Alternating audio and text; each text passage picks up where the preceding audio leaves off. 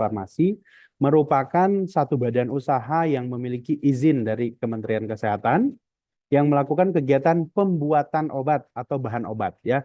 Jadi kalau berbicara industri farmasi berarti berbicara produksi ya, membuat ataupun juga baik itu dari produk jadi maupun bahan obat ya. Kalau bahan obat berarti misalkan contoh ada zat aktif paracetamol. Bagaimana membuat paracetamol? Berarti kan ada menambahkan unsur-unsur kimia A, B, C menjadi paracetamol ya. Pembuatan obat merupakan seluruh rangkaian kegiatan dalam menghasilkan obat yang meliputi pengadaan, bahan awal dan bahan kemas, kemudian produksi, pengemasan, pengawasan mutu, sampai kepada pemastian mutu yang didapatkan untuk didistribusikan. Jadi prosesnya sampai sana. Lalu setelah itu rantainya adalah kepada rantai distribusi. Maka fungsi dari industri farmasi adalah pembuatan obat dan atau bahan obat, termasuk juga dapat menjadi ranah tempatnya pendidikan, gitu ya, pelatihan, penelitian sampai kepada pengembangan. Ya.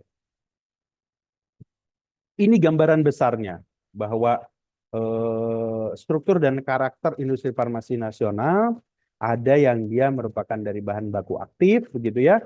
Bahan baku ada tambahannya juga, seperti yang mungkin adik-adik sekalian di S1 ataupun kemarin ketika profesi perkuliahannya ada mencampurkan bahan-bahan. Nah, berarti kan ini eh, itu dalam rangka produksi ya, dalam rangka produksi. Ada bahan baku aktif, ada juga bahan baku tambahan ataupun eksipien ya, yang memang menunjang supaya obat tersebut dapat masuk ke dalam tubuh kita dengan baik, tentunya sebelum itu diproses, ketika proses sampai kepada masuk ke tubuh kita itu juga harus dalam kondisi yang baiknya. Diperlukan lebih dari investasinya 100 miliar untuk membangun satu pabrik baru. Ini khusus untuk obat industri farmasi ya. Tapi kalau industri obat tradisional tidak sampai 100 miliar sebenarnya, masih di bawah itu. Kemudian yang namanya industri farmasi, kita ini highly regulated. Highly regulated terhadap usahanya, highly regulated juga terhadap orang yang akan melaksanakannya. Termasuk nanti kita sebagai apoteker. Ya, ini betul-betul diatur sedemikian rupa. Kemudian teknologi intensif, di mana teknologinya ini terus berkembang. Ya, kita betul-betul menggunakan bagaimana cara membuat tablet, bagaimana cara membuat kapsul. Kapsul ada beberapa macam, ada kapsul gel, ada kapsul maksud kapsul lunak, ada kapsul keras gitu ya. Belum lagi ada pil, belum ada juga lagi kaplet dan lain sebagainya. Ini tentunya menggunakan teknologi yang betul-betul terus berkembang ya. Apalagi sekarang dengan era AI itu juga produktivitas pembuatan produksi itu biasanya akan ditingkatkan oleh para industri farmasi yang memang terus mengembangkan dirinya ya. Nah, yang kita ketahui ada industri farmasi bahan kimia ya. Jadi obatnya adalah berbasisnya bahan kimia. Zat aktifnya bahan kimia. Maka itu yang kita maksud adalah obat sintetis begitu ya. Dan ada yang originator atau kita sebut paten, ada yang generic of patent. Kalau yang beredar Pak, itu apa Pak? Nah itu yang kita sebutnya misalkan kalau bukan nama zat aktifnya ya, maka itu kita sebutnya adalah generik berlogo.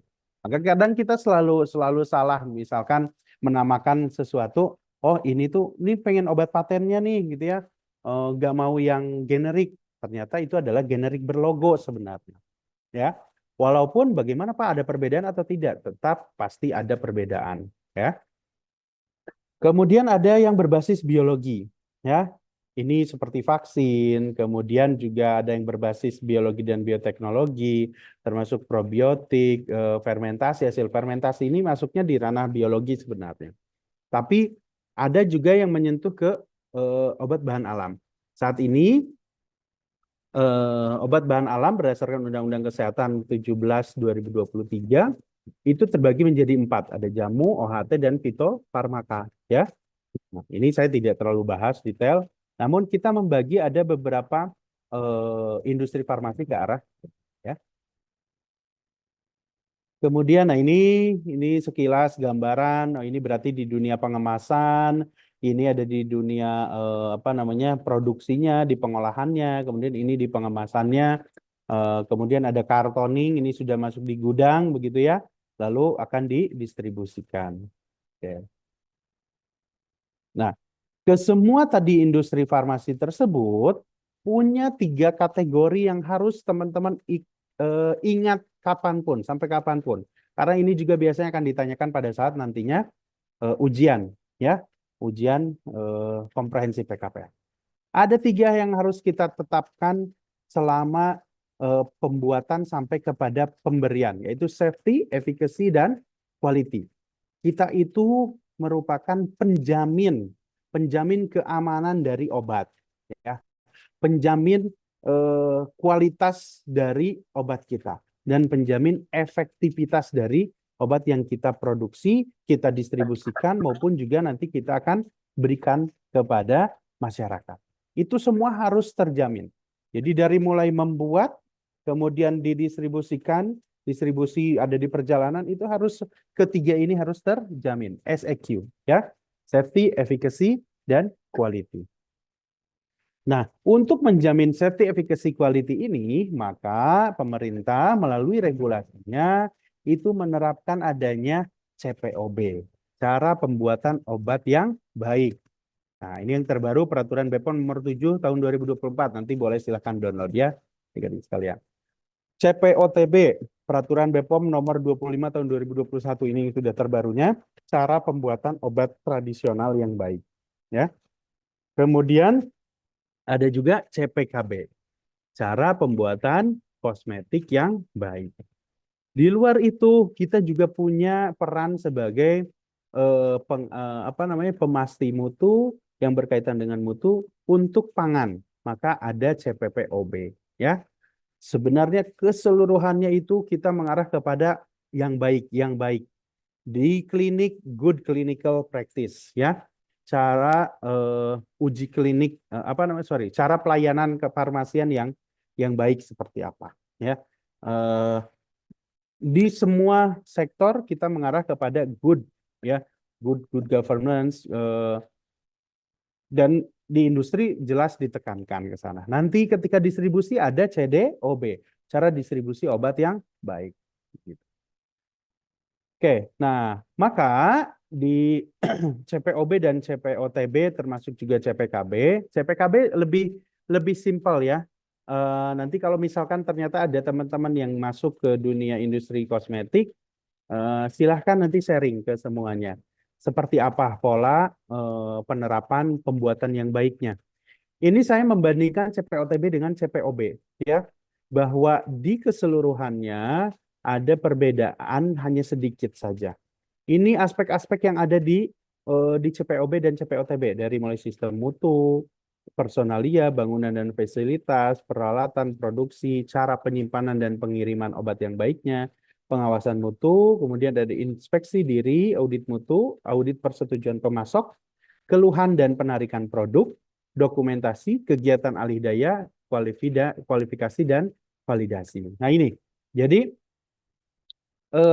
kalau di CPOB jelas lebih kompleks ya, karena makanya di poin 8 ini inspeksi diri, audit mutu, dan audit persetujuan pemasok itu dipisah biasanya, tidak digabungkan. Lalu ada tambahan nih, ada tambahan di CPOB khususnya. Nah, CPOB lebih banyak lagi tuh ya, karena memang ada kaitan ke obat uji klinik. Nah, ada tambahan aneks sistem komputerisasi. Maka dengan seiring perkembangan zaman, ini sistem komputerisasi dari mulai pengadaan sampai kepada tahap produksi, pengemasan, sampai produk jadi, itu di keduanya ditekankan. Seperti apa sistem komputerisasinya, bagaimana pencatatannya, bagaimana masuk dan keluarnya bahan sampai kepada produk jadi. Lalu ada juga cara pembuatan bahan aktif obat yang baik. Nah, berbicara bahan aktif berarti kalau di CPOB adalah obat-obat zat aktifnya. Kalau di CPOTB maka itu adalah ekstraknya. Bagaimana membuat ekstrak yang baik. Apakah industri farmasi produksinya itu bisa membuat ekstrak sendiri? itu diperbolehkan, ya. Uh, Namun di luar itu juga diperbolehkan untuk membeli ekstraknya. Karena kan kalau di obat tradisional ekstrak A tambah B tambah C jadi produk begitu ya. Kemudian sampel pembanding dan sampel pertinggal ini tentunya menjadi satu tambahan dalam regulasi yang harus juga ditekankan ya, di mana dokumentasinya juga harus ada. Termasuk selanjutnya adalah manajemen resiko mutu ya, manajemen resiko mutu baik di CPOTB maupun CPOB ini ada. Yang berbeda antara CPOTB dan CPOB, nah ini dari M sampai AA itu khusus untuk CPOB ya. Nanti boleh nanti saya share materinya untuk teman-teman baca. Maka apa sebenarnya yang perubahan yang ada? Adanya peleburan bab sanitasi dan hygiene ya. Mohon maaf ini masih itu sanitasi dan hygiene dalam bab personalia, kemudian peleburan bab bangunan dan fasilitas dan penambahan tadi aneks-aneks yang saya sampaikan ya. Oke. Adik-adik sekalian, kita coba memetakan adanya perubahan yang terjadi setelah Undang-Undang Kesehatan tahun 2000, Undang-Undang Kesehatan nomor 17 tahun 2023. Dulu ada peraturan pemerintah nomor 51 tahun 2009 tentang pekerjaan kefarmasian.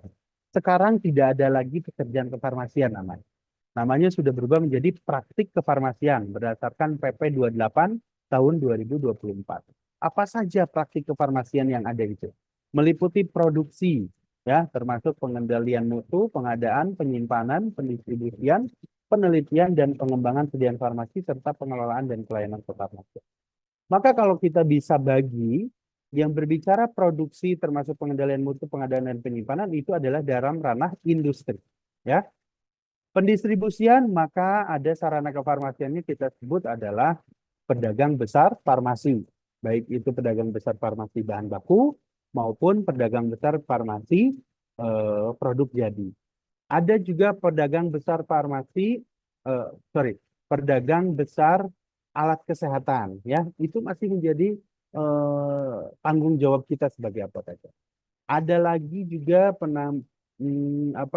pedagang besar obat tradisional. Itu masuk dalam ruang lingkup PBF sebenarnya.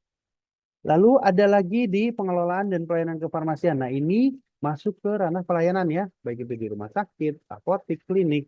Maka ada standar pelayanan kefarmasian yang sampai saat ini belum berubah. Ya, tidak ada perubahan dengan adanya Undang-Undang Kesehatan 17 maupun praktek PP turunan dari Undang-Undang Kesehatan nomor 8 tahun 2024. Tidak ada perubahan untuk standar pelayanan kefarmasian tersebut. Nah, ada juga R&D di pendidikan dan institusi. Maka penelitian dan pengembangan sediaan farmasi ini tidak ada sarana yang khusus. Bisa dilakukan di dunia pendidikan, institusi pendidikan, maupun juga di industrinya sendiri. Ya, melakukan R&D di masing-masing industri. Ini jadi gambaran ketika adanya perubahan peraturan. Ya. Maka, nah karena saya industrinya adalah obat tradisional, mungkin sedikit saya bahasnya adalah CPOTB ya.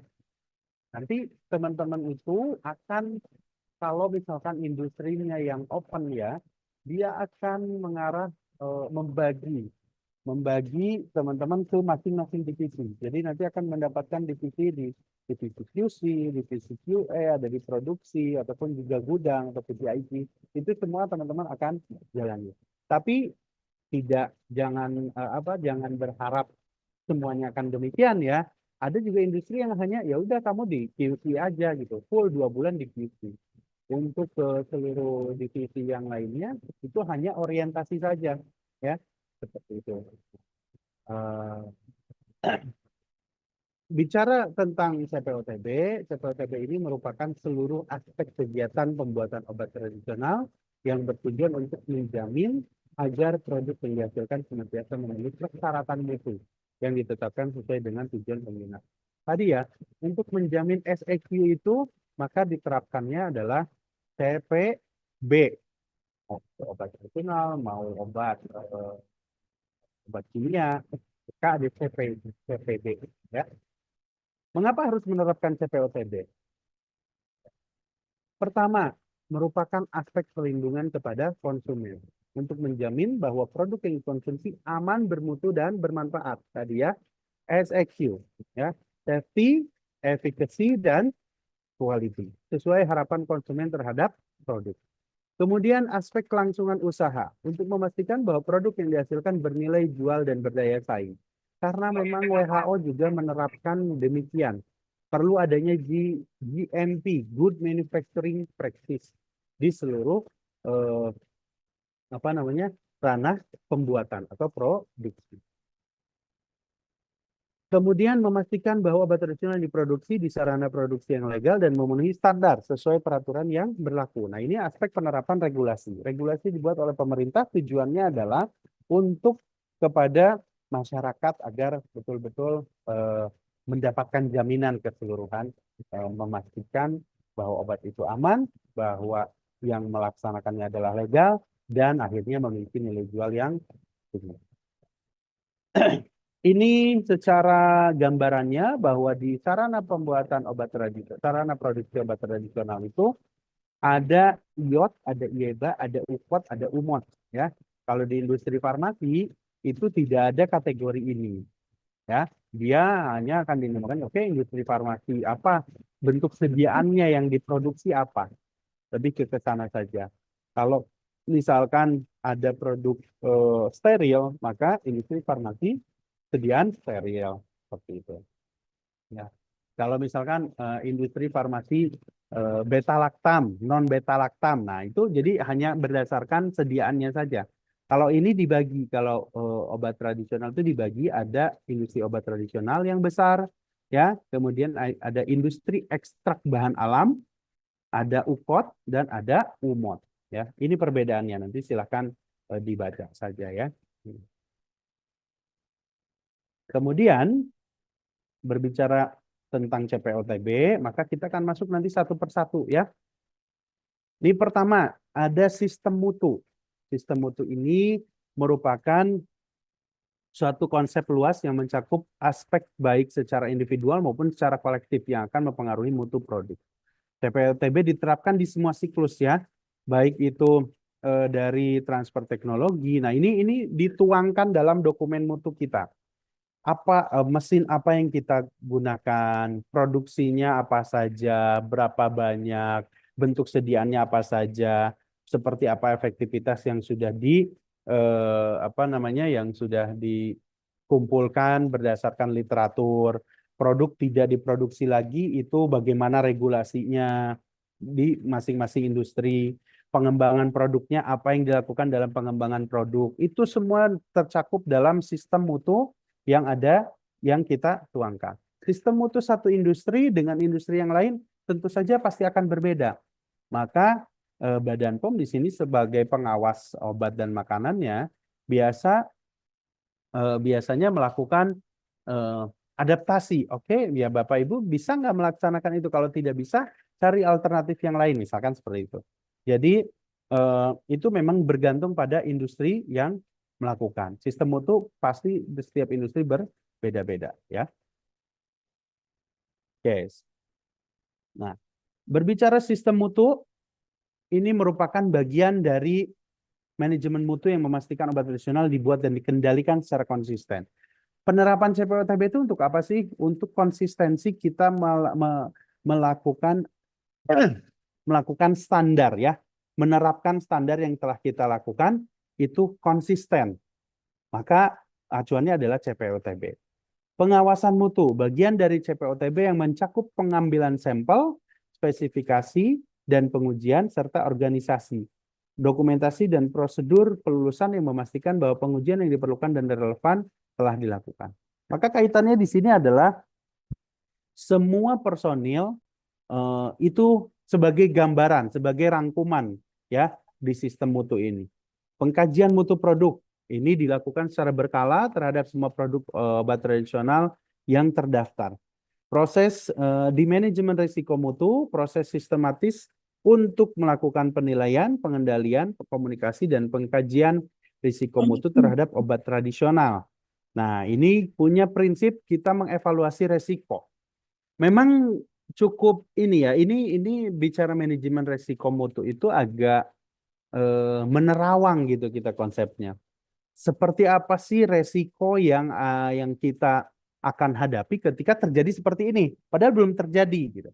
Nah, itu kita belajar untuk menata. Oh, ketika di proses ini akan ada risiko yang berbahaya nih. Maka bagaimana kita memanage ini supaya risiko itu tidak terjadi. Ketika itu terjadi, maka kita harus melakukan apa?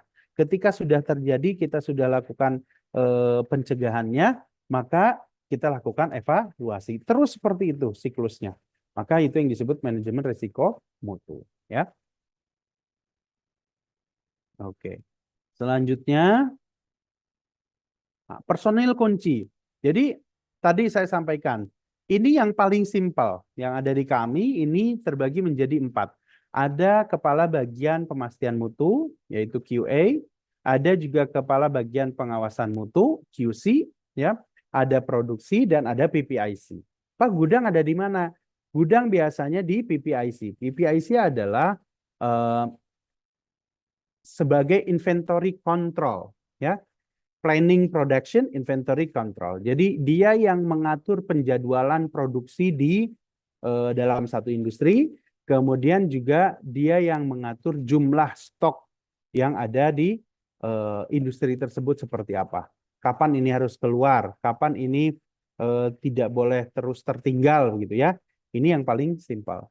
Maka nanti adik-adik sekalian akan terbagi ke dalam 4 ini sih. Paling minimalnya terbagi keempat ini. Kalaupun hanya satu misalkan, maka mudah-mudahan dapat mendapatkan orientasi dari masing-masing divisi tersebut ya.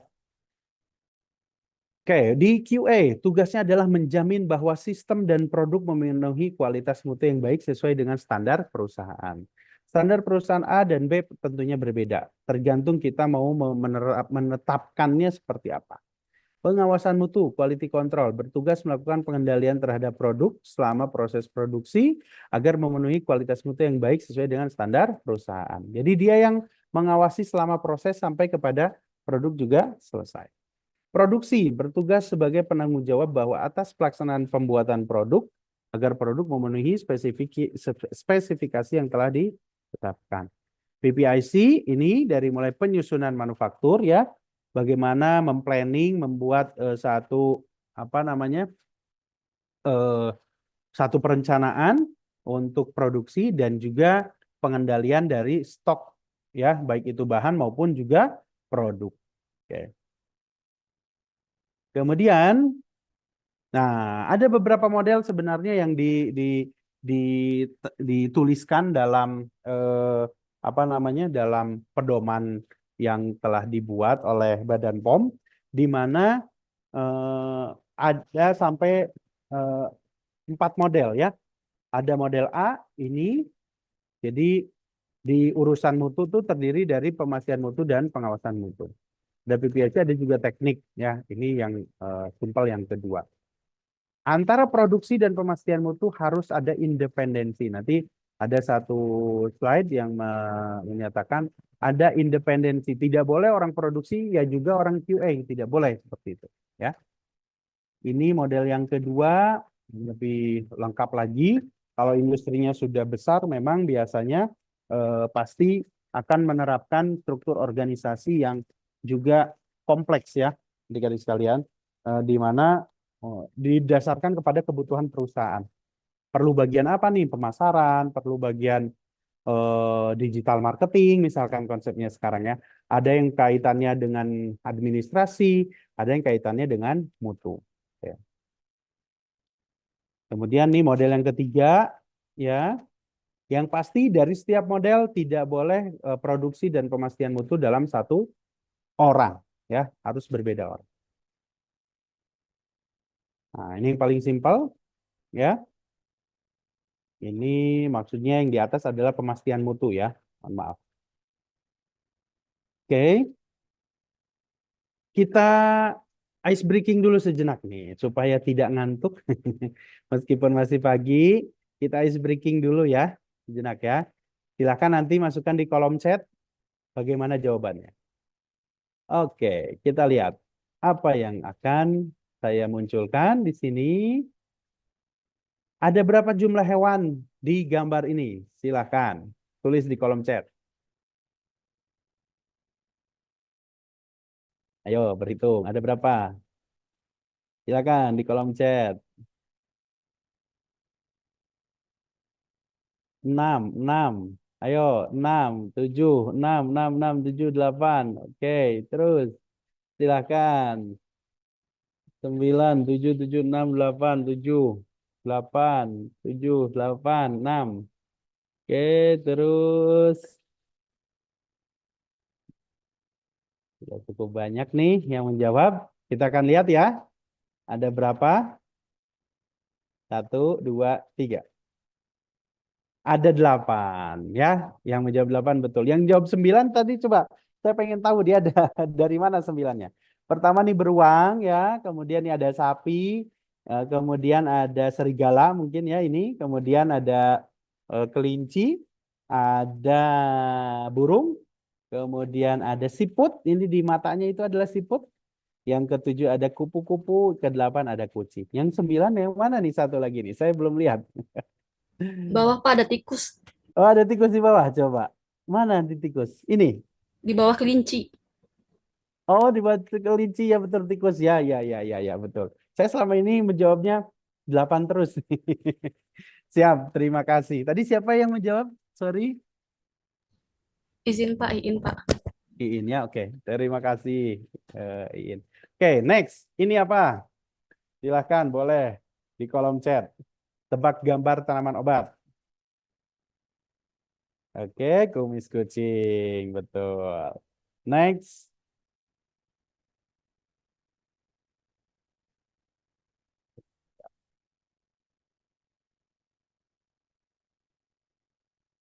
Tiba hang nih, bentar ya.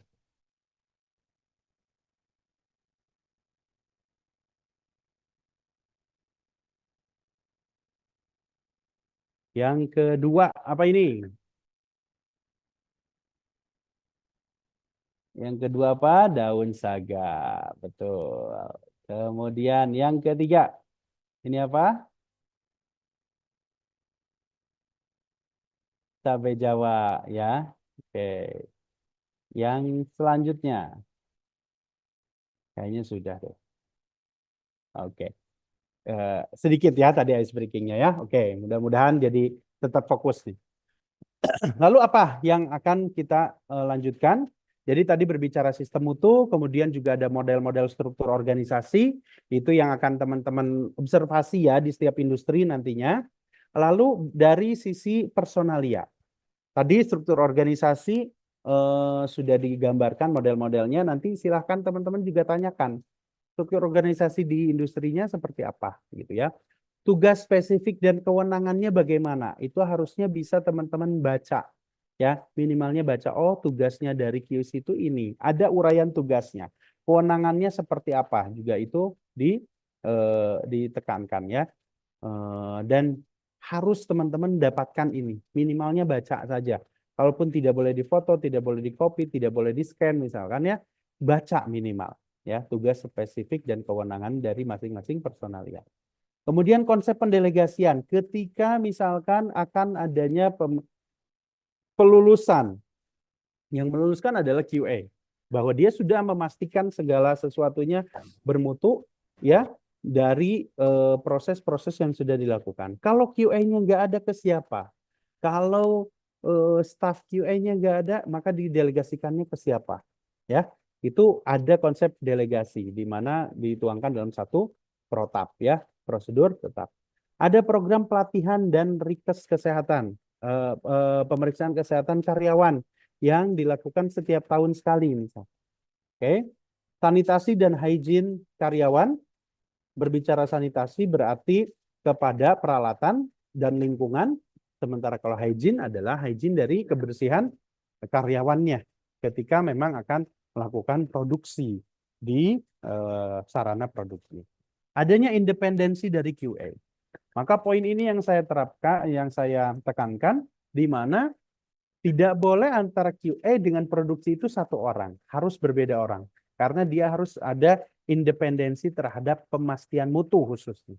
Ya, oh produksi berpikirnya ya saya nggak bisa nih harus produksi sekian, jumlahnya harus sekian.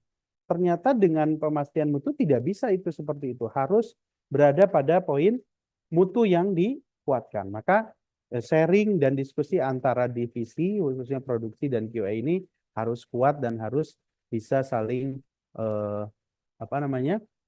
Saling sharing ya, seperti itu. Kemudian bangunan dan fasilitas. Nah, ini satu bab tersendiri, adik-adik sekalian. Kalau misalkan ada yang pernah bekerja ataupun juga pernah datang ke satu industri, akan terlihat bangunan industri, khususnya industri farmasi itu berbeda betul, ya. Tata letak dan desain ruangannya harus dibuat sedemikian rupa untuk memperkecil resiko terjadinya kekeliruan, pencemaran silang, dan kesalahan lain. Maka ada yang berupa alur. Setelah dari sini masuk ke apa namanya? Ruangan yang ini berbeda. Ruangan yang satu lagi berbeda lagi. Namun alurnya tetap. Setelah dari proses penimbangan itu masuk ke mixing itu tidak boleh jauh gitu. Ya, tidak boleh jauh areanya.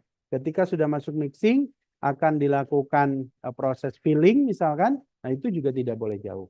Maka ini harus didesain sedemikian rupa. Apabila letak bangunan tidak sesuai, hendaklah diambil tindakan pencegahan yang efektif terhadap pencemaran yang mungkin terjadi. Maka kalau dilihat bangunan dari satu industri itu biasanya, ya ini contohnya nih, menggunakan epoksi. Epoksi ini tujuannya supaya memang mudah dibersihkan. Ya. Lalu dilihat sudut-sudutnya, ini termasuk juga di rumah sakit sekarang sudah diterapkan model seperti ini. Ini tidak ada sudut yang menyiku ya, baik di bawah maupun di atas ya. Ini. Kalau kita lihat, baik itu di bawah maupun di atas itu tidak boleh ada siku ya, harus seperti apa ya, oval lah, oval seperti itu ya, sehingga ini tujuannya adalah mudah dibersihkan dan debu itu tidak menumpuk di sana. Oke, nah ini contoh-contoh. Oke, selanjutnya adalah masih di bangunan dan fasilitas, di mana ada tersedia area penimbangan. Penimbangan bahan awal dan hasil nyata dilakukan di area penimbangan yang terpisah. Kemudian ada area produksi, baik itu dari produksi untuk pengolahannya maupun juga pengemasan. Ya, pencegahan kontaminasi silang untuk semua produk, luas area dan area penyimpanannya ini harus memadai. Ya. Kemudian ada area penyimpanan. Nah, penyimpanan di area terpisah dilengkapi ventilasi yang baik dan memperhatikan spesifikasi bahan atau produk penyimpanan di area terpisah dilengkapi ventilasi yang memperhatikan spesifikasi bahan atau produk. Oke. Ada area pengawasan. Nah, di bangunan dan fasilitas harus ada area pengawasan, baik itu in proses control maupun juga untuk menguji di luar area yang sedang dilaksanakannya proses produksi. Ada ruang istirahat, fasilitas pengganti, mengganti pakaian, toilet. Ini jumlahnya juga harus disesuaikan dengan jumlah karyawan ya. Jangan sampai karyawannya ada 100 tapi toiletnya cuma 4. Gitu. Pembersihan dan sanitasi bangunan, ya tersedia prosedur dan pencatatan pembersihan sanitasi bangunan dan fasilitas. Yang mana ini bisa kita jadwalkan kapan dilaksanakannya proses sanitasi bangunan ini. Apakah secara general cleansingnya itu dilakukan 1 tahun sekali, 1 tahun 2 kali, 1 tahun 3 kali, selain memang pembersihan yang dilakukan setiap hari ya, ada general cleansing. Lalu masuk ke peralatan. Peralatan yang digunakan hendaklah memiliki desain dan konstruksi yang tepat ya, ukuran yang memadai serta ditempatkan dan dikualifikasi dengan tepat. Di peralatan ini kita akan melakukan yang namanya kualifikasi peralatan ya. Kualifikasi peralatan dari mulai kualifikasi desain, kualifikasi instalasi, kualifikasi operasional, dan kualifikasi kinerja. Nah, jadi ada 4 kualifikasi yang harus diterapkan sehingga alat yang kita gunakan itu betul-betul sesuai kebutuhan kita. Ya. Pemasangan dan penempatan dipasang sedemikian rupa mencegah resiko kesalahan dan kontaminasi. Pembersihannya juga ditetapkan dalam satu protap ya. Kapan harus dibersihkan, kapan mulai dibongkar keseluruhan sampai dicuci dan lain sebagainya. Perawatan peralatan dilakukan sesuai dengan jadwal untuk mencegah malfungsi atau kontaminasi. Ini mohon maaf jika ada typo ya. Kemudian, nah kalau kita gambarkan, ini kan saya tidak mungkin bahas semua ya, nanti adik-adik pada saat PKPA itu bisa lebih detail. Mudah-mudahan masuk ke seluruh divisi. Ini aspek yang ada di CPOB ataupun CPOTB dan personil kunci yang berkaitannya. Contoh, sistem mutu dan industri biasanya itu QA dan QC yang kuat di sana. Ya, yang memang bertanggung jawab terhadap dokumen-dokumen yang harus disiapkan. Personalia, kalau ini keseluruhannya jalannya ada izin karyawan. Personalia ini biasanya kita akan konekkan dengan RD kalau di perusahaan. Maka dokumentasinya, bagaimana pemeriksaan kesehatannya, izin karyawan, ini berkaitan dengan personalia termasuk juga uraian tugasnya akan dikerjakan. Bangunan dan fasilitas ini biasanya produksi dan PPIC, begitu juga ada dengan QC ya. Peralatan produksi, nah ini kaitannya full khusus biasanya bagian produksi nih. Yang kalau kami membantunya ya. Cara penyimpanan pengiriman obat yang baik itu di PPIC, pengawasan betul ada QC, dan PPIC audit itu audit komputer itu ranahnya PPIC. Keluhan dan penarikan produk PPIC dokumentasi seluruh divisi itu punya tanggung jawab dokumentasi dari masing-masing divisinya. Kegiatan alih daya ini biasanya QA. Alih daya ini yang kita sebut maklun ya. Ada toll in dan toll out. Ada yang memang yang dari perusahaan luar mau memproduksi produk tertentu dilakukan di kita, atau kita sebagai perusahaan meminta perusahaan lain untuk memproduksi. Itu yang pertama, kaitan alih daya. Kedua, kalau kita bekerja sama dengan pihak ketiga. Pihak ketiga misalkan untuk pest control, pihak ketiga untuk pengujian-pengujian, pihak ketiga untuk limbah misalkan. Nah, itu merupakan kegiatan alih daya yang tidak kita lakukan sendiri. Ya. Kualifikasi dan validasi ini di QA, QC, dan produksi. Masuk ke produksi, tentunya produksi ini juga memiliki uraian dari mulai bahan awal ya, dia melakukan seleksi, melakukan kualifikasi ya, sampai kepada persetujuan pemasok. Ini berkaitan dengan PPIC juga.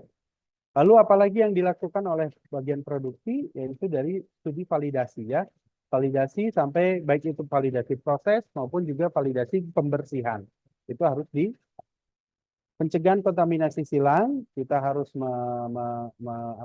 menelusur resiko kontaminasi ya tadi, memanage resiko dari resiko kontaminasi, kemudian juga dari mutu sampai kepada tindakan teknis agar tidak terjadi pencegahan, agar tidak terjadi kontaminasi silang.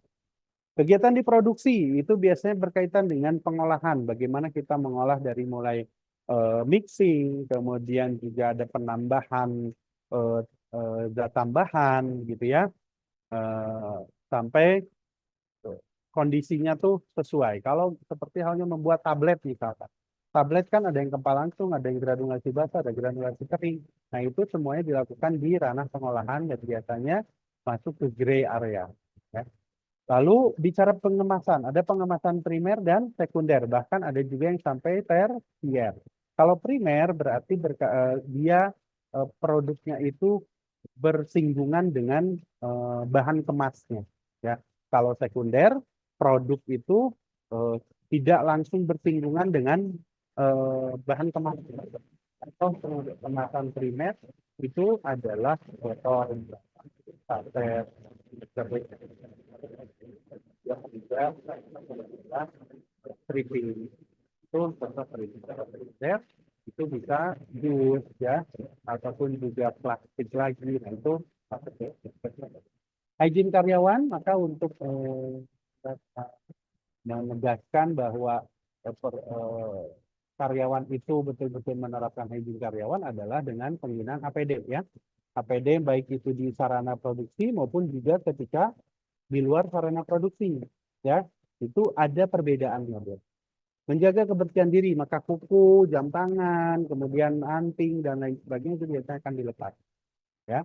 Pembagian area ruangan ada sediaan steril, maka itu kita sebut white area, ada gray area, proses ekstraksi, oven, filling, mixing, pengemasan primer termasuk di gray area. Kalau black area ada penerimaan barang, pengemasan sekunder sampai juga laboratorium itu tersendiri. Kemudian ini masih diproduksi, tentunya ada tanggung jawab di dokumentasi ya, logbook yang harus eh, apa namanya yang harus dicatat ya. Ini sangat penting. Yang namanya prosedur pengolahan induk itu ketika sudah diisi maka akan berubah menjadi batch report ya. Prosedur pengemasan induk yang sudah diisi maka itu akan menjadi satu kesatuan dalam batch report. Kalau yang belum diisi maka kita sebutnya masih PPI ya, prosedur pengolahan maupun pengemasan induk. Inspeksi diri. Nah, kita harus melakukan inspeksi diri secara rutin ya. Baik itu 1 tahun sekali atau 6 bulan sekali. Rolling sifatnya misalkan QA melakukan inspeksi kepada produksi. Produksi melakukan inspeksi kepada QC. QC melakukan inspeksi kepada PPIC. Terus misalkan rolling seperti itu dilakukan.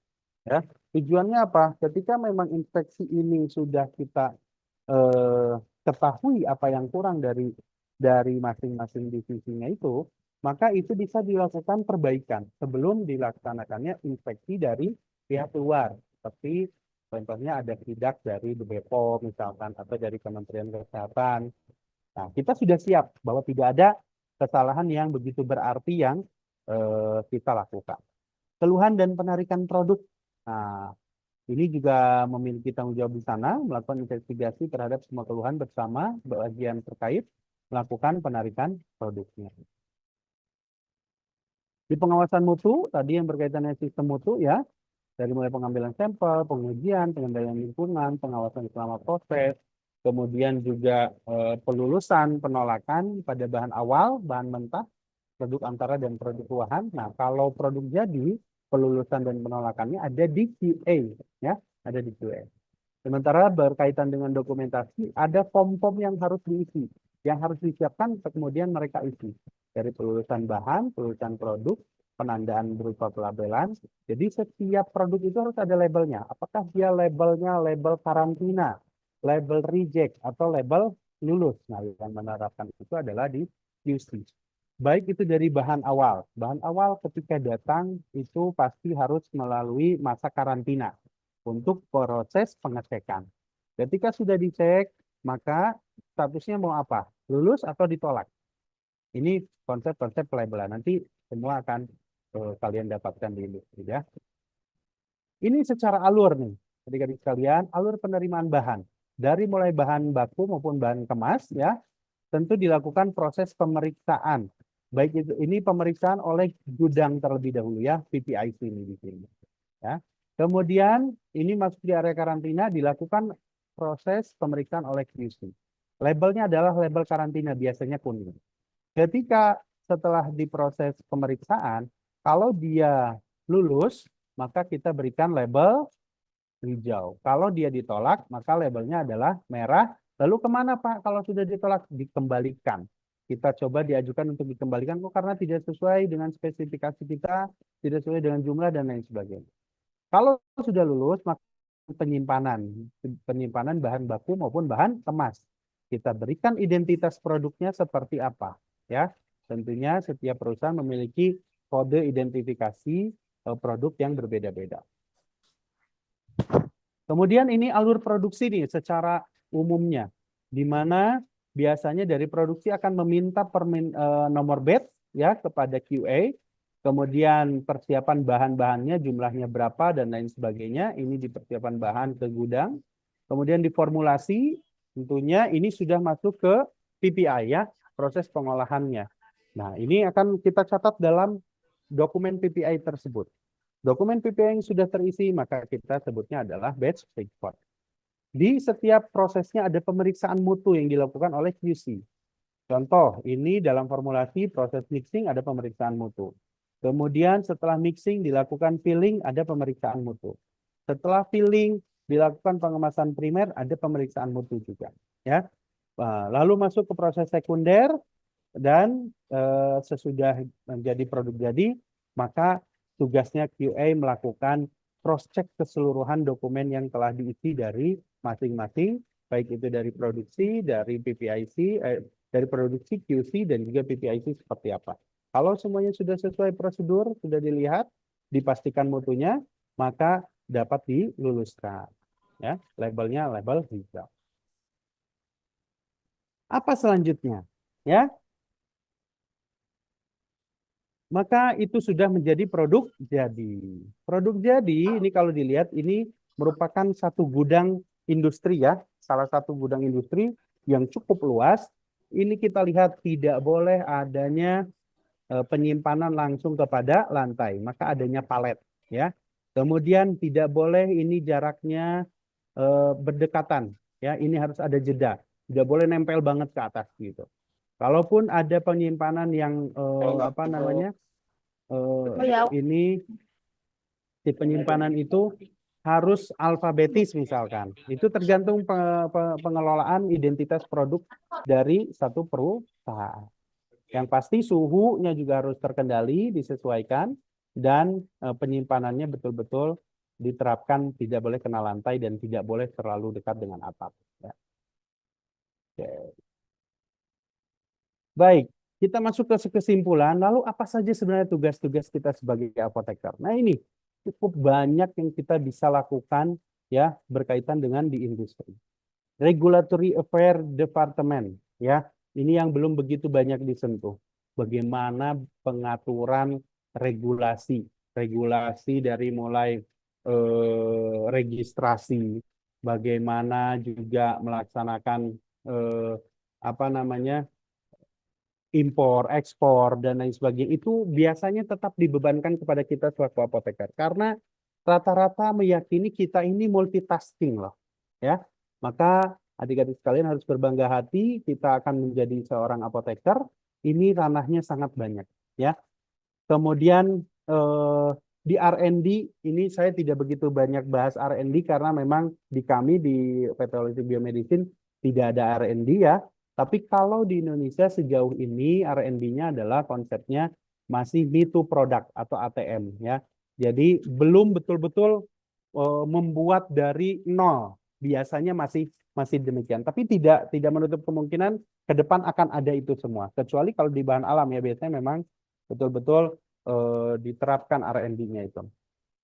Jadi dari sekian banyak tugas kita sebagai apoteker, ini yang mungkin bisa saya rangkumkan ya, maka ini menjadi satu peluang buat adik-adik sekalian di R&D, di registrasi, termasuk juga di marketing.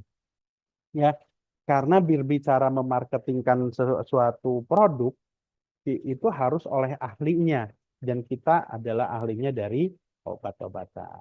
Ya, saya kasih pantun penutup. Terima kasih. Siang hari makan kuaci, makan bareng sama Ibu Ati.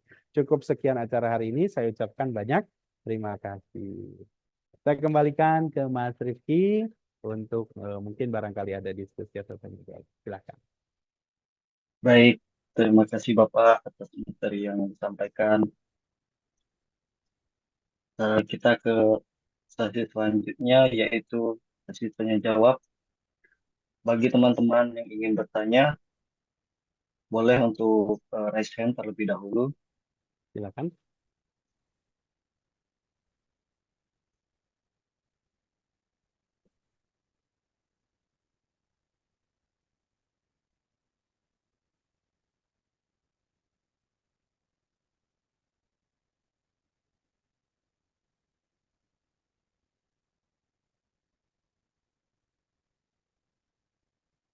Silakan, ada yang ditanyakan?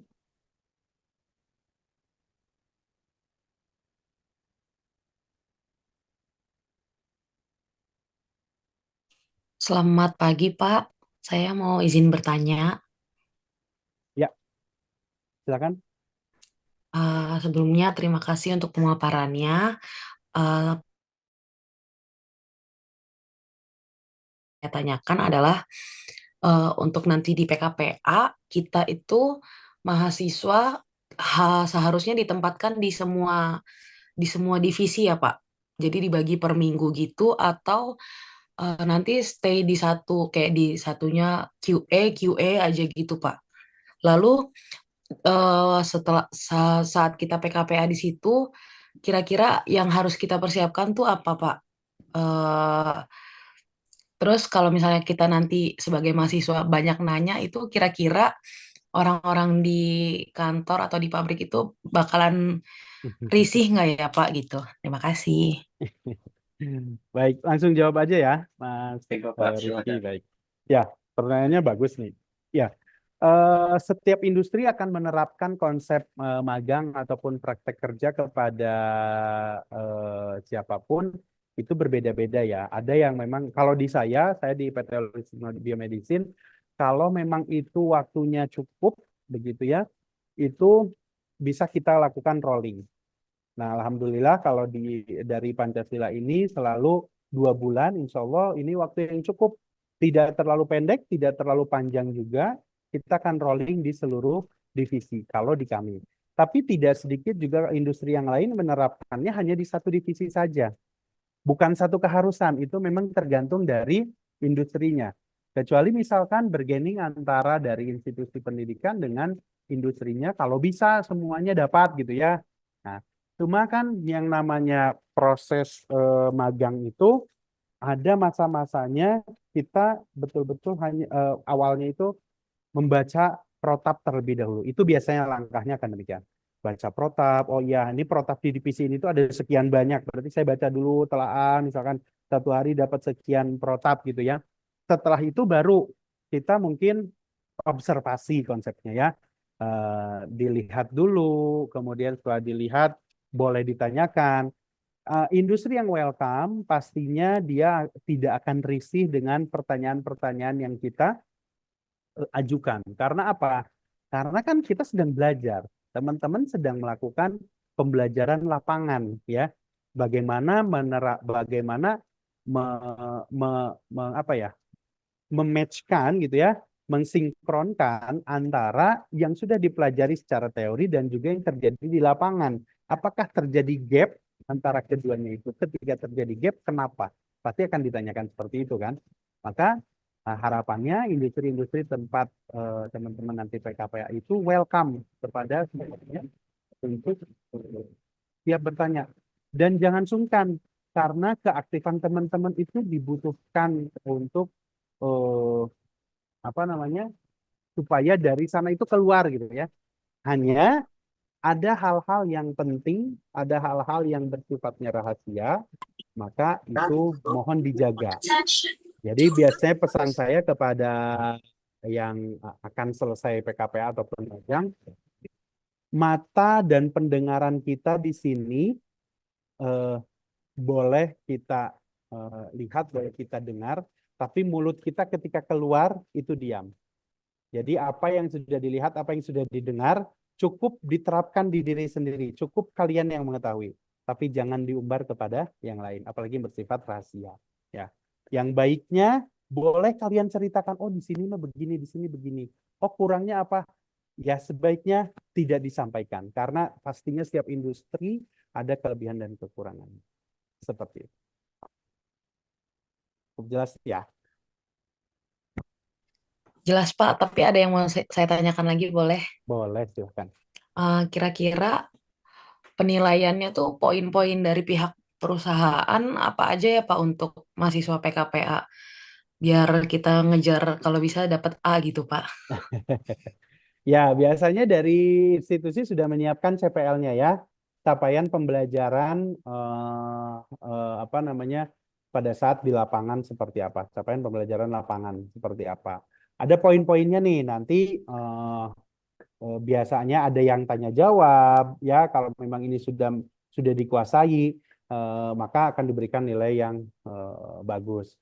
Ada juga industri yang menerapkan pretest dan posttest loh, ya. Jadi betul-betul harapannya sih dengan orientasi PKPA hari ini, gambaran itu sudah cukup tergambar komprehensif, itu bisa jadi bekal untuk pretest, ya. Jadi begitu datang langsung pretest dulu. Oh ini apa.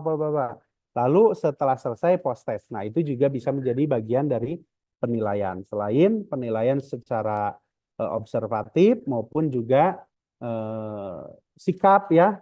Nah ini jaga sikap betul-betul harus mengikuti aturan yang sudah diterapkan. Masuknya jam berapa, pulang jam berapa, pakaiannya seperti apa yang harus dibawa, tugas-tugasnya juga dikerjakan. Karena itu menjadi penilaian dari masing-masing preseptor di industri ataupun juga di tempat magang yang lain sih sebenarnya. Ya, seperti itu. Terima kasih, Pak. Sama-sama. Silakan ada lagi yang lain? Baik, teman-teman, selanjutnya saya ingin bertanya.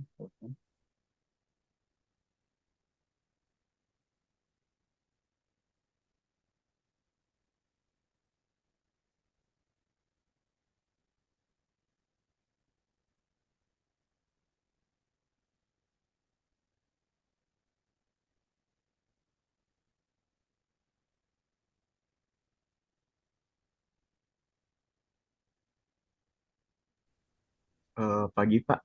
Ya, silakan. Saya Helmi Fatih, Pak. Izin bertanya, Pak. Kebetulan saya untuk tempat pertama saya untuk PKP itu kan di industri ya, Pak. Dan mungkin apakah ada tips dari Bapak kita sebagai beginner ya, Pak, di industri itu gimana, Pak? Apalagi saya nanti kebetulan itu langsung 2 bulan, Pak. Mungkin ada Ya. tips dari Bapak khususnya gimana untuk selanjutnya? Industrinya dapatnya apa? Di PT Metiska Pharma, Pak. Industri kimia ya berarti ya, farmasi obat Iya, kimia betul, ya. Pak. Oke. Iya, ini sebenarnya secara umum ya. Tadi yang saya sampaikan ke Novi juga adalah secara umum. Eh, saya harapannya dengan orientasi hari ini cukup tergambarkan nanti dunia industri akan seperti apa, gitu ya. Pertama tadi ikuti aturan yang diterapkan di industri tersebut.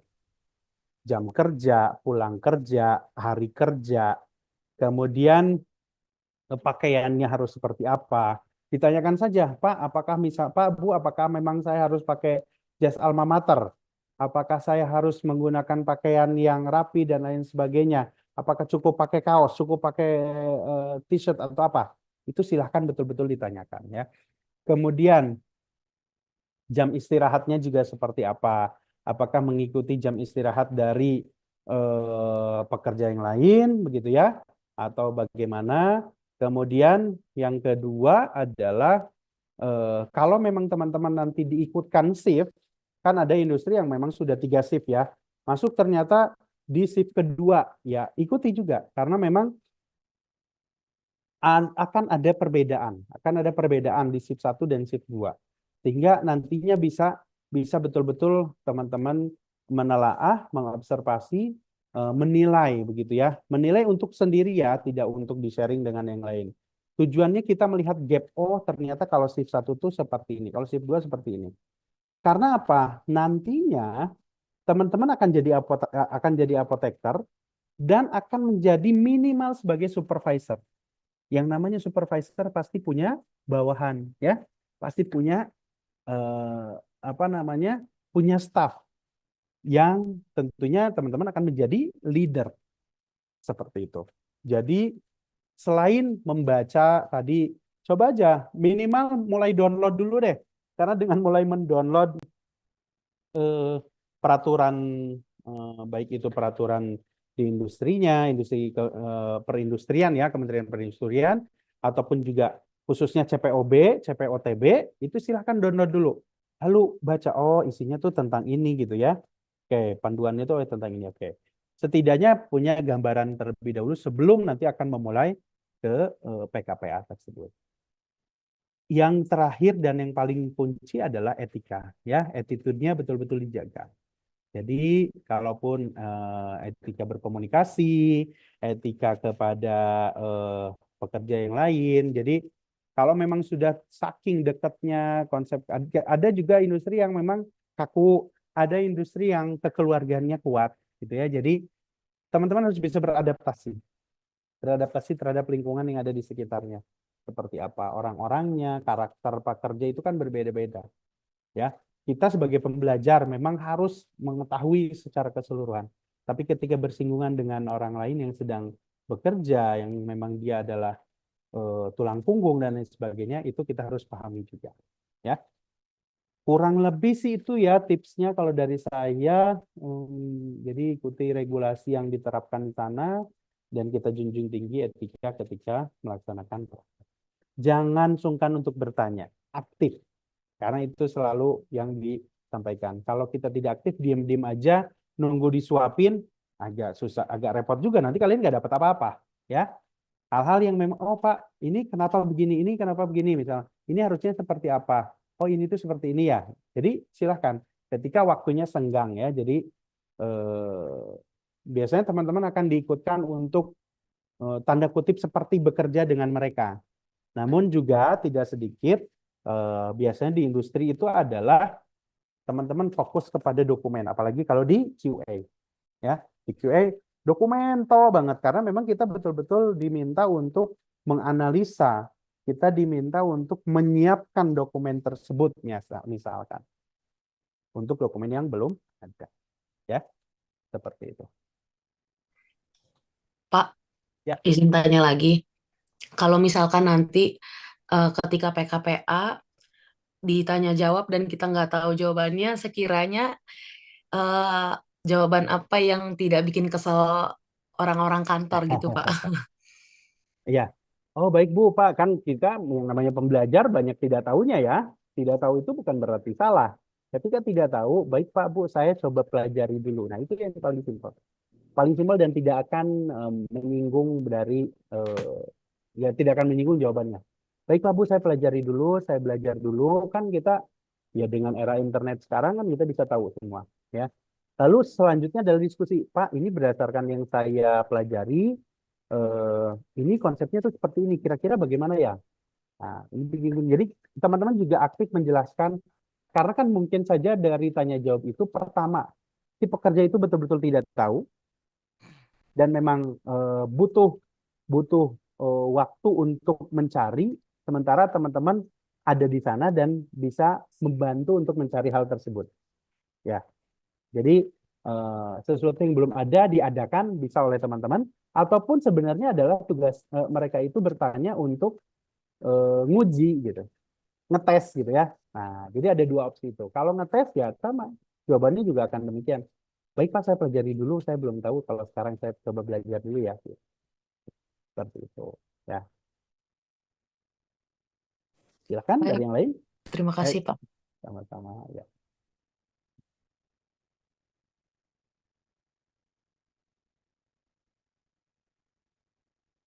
Itu jangan lupa absennya ya, yang hadir.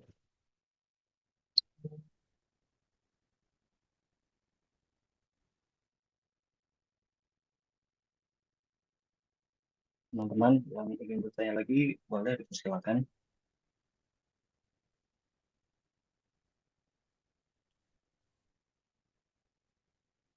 Baik, Bapak. Selamat pagi, izin bertanya. Ya, silakan. Saya Eva Ekayanti. Sebelumnya, terima kasih Pak atas pemaparan materinya. Apabila di tempat PKPA nanti kami sebagai mahasiswa PKPA tidak mendapatkan tugas dari industri itu, yang bisa kami lakukan apa Pak biar kami tuh tetap dapat ilmu gitu loh Pak. Itu saja sih Pak. Terima kasih. Ya, minta tugas berarti. Mintakan saja, Bu, kira-kira ada tugasnya untuk saya nih, Bu, untuk misalnya di QA, saya dapat tugas apa nih kira-kira. Karena sebenarnya pasti ada aja sih. Ada aja. Jadi tinggal memang teman-teman bisa apa ya, konsepnya adalah bahwa tugas khusus ini wajib misalkan, gitu ya. Ini menjadi tugas khusus itu wajib. Apakah nantinya wajibnya itu untuk perorangan ataupun juga per kelompok? Karena kan bisa saja kalian dalam satu industri itu ada 2 orang atau 3 orang, gitu ya. Nah, Tinggal ini apakah perorangan atau terkelompok. Buat saja bahwa tugas khusus itu wajib ya sehingga kalian mendapatkan tugas. Ya, seperti itu. Jika tidak, ya kalian belajar dari CPL. CPL biasanya teman-teman juga diberikan kok harus tahu, saya tuh harus tahu ini, harus tahu ini, harus tahu ini, harus tahu ini gitu. Jadi semua checklistnya nanti ada, oh iya saya udah dapat semua nih gitu gambarannya. Gitu. Ya, jadi Baik, Pak. kalau nggak dapat tugas minta aja tugas. Wah ini wajib gitu. Baik, Pak. Iya. Pak, izin sharing. Jadi, saya Ya. kan kemarin itu udah pernah kerja di industri ya, Pak. Nah, Mm-mm. yang saya perhatikan anak PKPA-nya itu cuma disuruh buka-bukain apa untuk memusnahkan batch record, buka-bukain strapless gitu, Pak, sepanjang dia PKPA. Dan dia stay di office QA itu gimana sih, Pak, untuk bilang apakah ada pekerjaan lain gitu, biar pihak perusahaannya tidak tersinggung gitu, Pak. Terima kasih. Em, kalau sampai ada evaluasi seperti itu, sebaiknya memang diskusikan dengan pihak kampus dulu juga ya, bahwa ini ada evaluasi, Bu, kok di sini cuma begini doang gitu ya. Bukan bermaksud untuk mengadukan ya, apalagi kalau sudah berlangsung dari sekian periode misalkan. Semester ini begitu, semester depannya juga begitu, semester selanjutnya kakak tingkat kalian juga begitu. Jadi kalau memang ternyata sama, berarti kan di sisi industrinya yang memang harus dievaluasi. Maka eh, kalau dari sisi teman-teman, tetap saja, Pak Bu, saya boleh minta tugas apa yang bisa kita bantu begitu ya.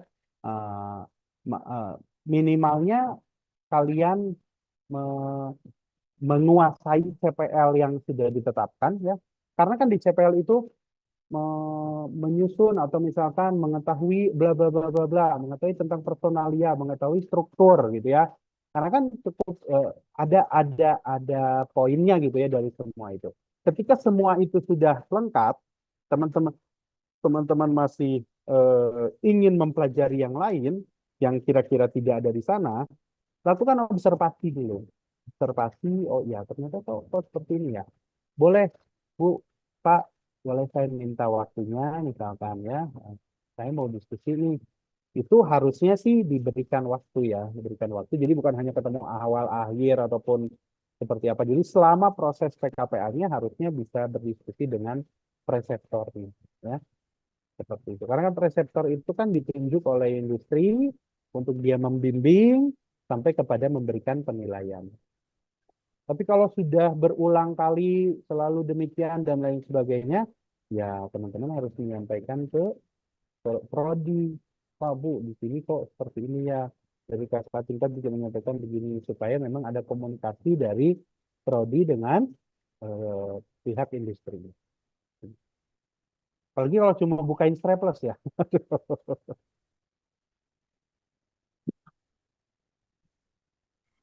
Terima kasih, Pak.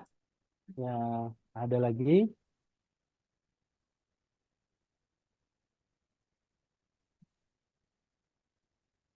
Teman-teman yang ingin bertanya dipersilakan. Ini merupakan kesempatan emas nih untuk bertanya mungkin untuk eh, berbagi ilmu dari Bapak Farhan yang merupakan seorang yang berpengalaman di bidang industri.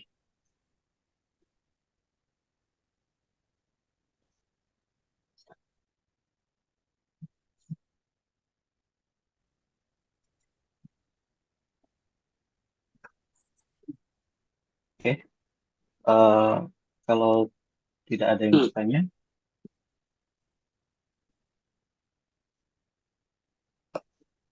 Cukup mungkin ya. ya, oke. Baik, kalau tidak ada yang bertanya, kita cukupkan untuk sesi tanya jawab pada hari ini.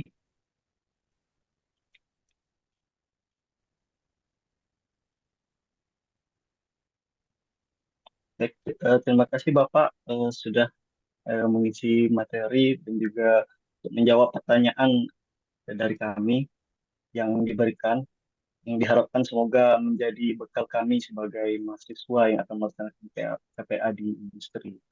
Seperti untuk melakukan kegiatan di sana apa saja, aturan-aturan, dan tips-tips pengalaman yang Bapak berikan pada kami. Dan semoga menambah semangat kami sebagai calon profesi apoteker yang begitu, yang seperti kita ketahui itu tugas-tugas apoteker itu sangat luas ya di bidang industri seperti regulasi, impor, ekspor, dan lain dengan ranah yang sangat banyak yang merupakan suatu kebanggaan kita sebagai calon profesi apoteker.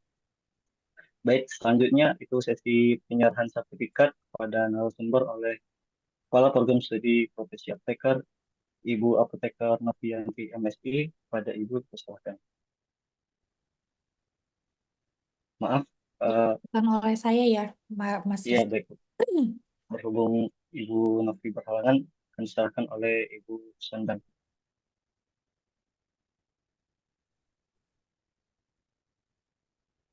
Boleh bantu share untuk sertifikatnya? Oke. Ya, Assalamualaikum warahmatullahi wabarakatuh.